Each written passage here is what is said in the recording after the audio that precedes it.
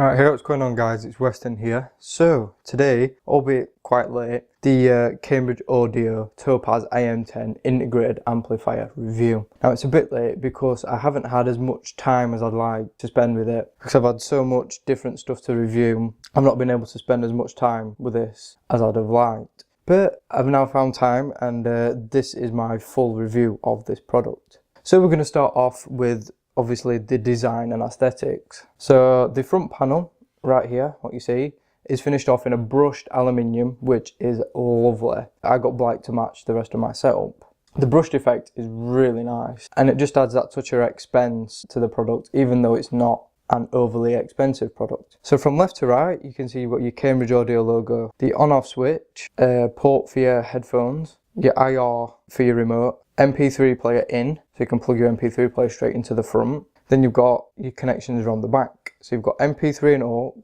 CD, a tuner, a DAB, your phono and your Blu-ray DVD. So you've got a lot of connections. So you can obviously plug a lot of stuff into the back of this amplifier. Then you've got your menu button, so you can adjust your bass, your treble, and then you can set your balance, so you can adjust your balance like that. And that's just that. You've got more options on your remote for your sound settings. The volume dial is really smooth.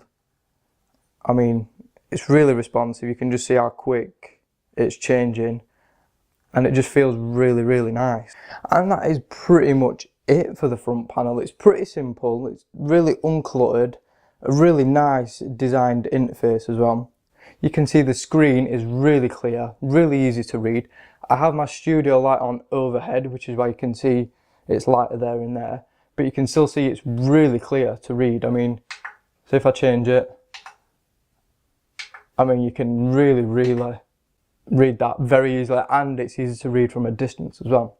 And also up close, you can really appreciate the finish on it as well, which is really nice. But like I said, that is it for the front. So on the top of the actual amp, you can see the Cambridge Audio logo that's actually raised out of the top of the amplifier, which is really nice. Just adds a bit of sort of texture to the top, which is a different finish to the front. Still is all metal though, it's just a different finish to the front. So on the top, you've got your ventilation for your cooling, to keep your amp nice and cool while you're playing it. And it works really well. I've noticed the amp doesn't get hot at all, and I've had it on pretty much all day, and it's not even broke a sweat really in terms of getting hot. And that is pretty much it for the top. So guys, we're now around the back, and you can just see all your connections. So we'll start again from left to right, and I'll just explain what everything is.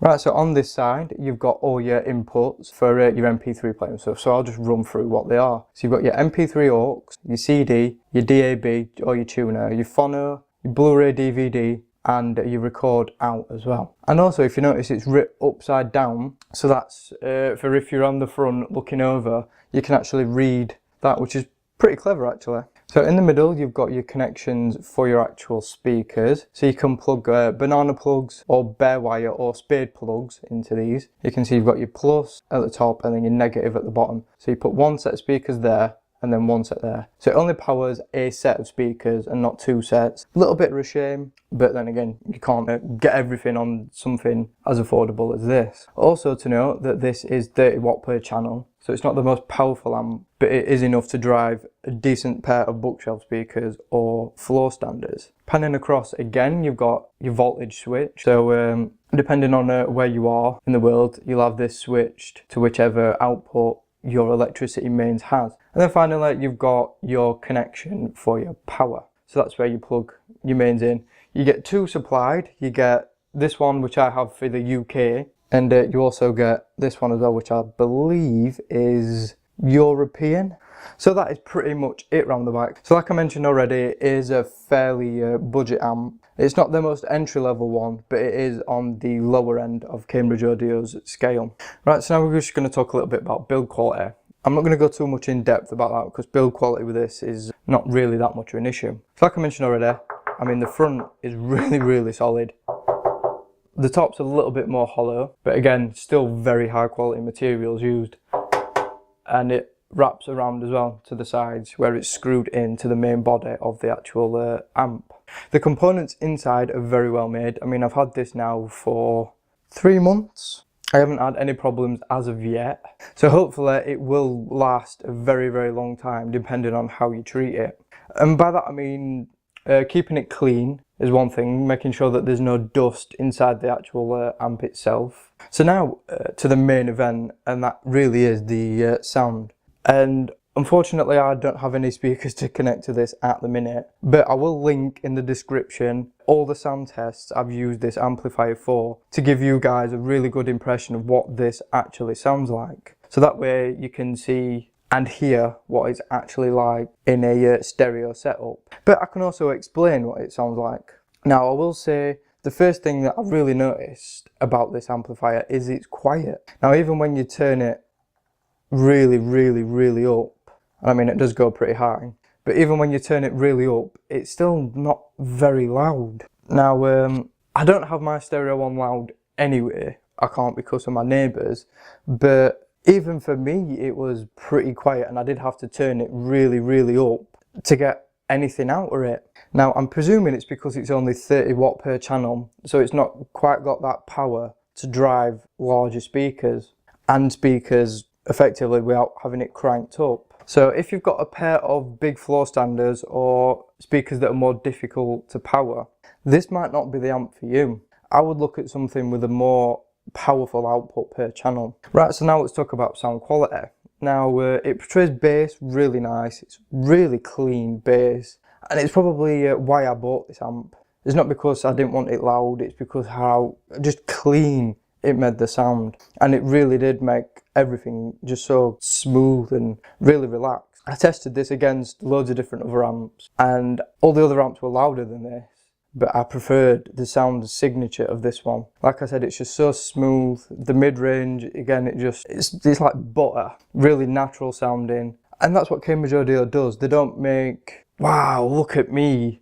They just make it more true. They don't add any sort of trickery or anything to boost anything. They just make it like how it's supposed to be. So if you're someone who likes the Rodeo natural and how it's supposed to sound, then this will deliver. Maybe not this amp, maybe look for higher up in the range, which is what I should have done and got something with a bit more output per channel. But if you're looking for a budget friendly amp with that sort of sound signature, then this is really, really impressive. So overall, I mean, for £169 I believe it retails for, it is a really, really impressive amplifier. I just wish it had a little bit more power. That's my only real bit of negativity about this. Everything else is top notch. The build quality is great. The style it's timeless. It's just one of those styles that's not going to age. And I really do like this amp. I really do.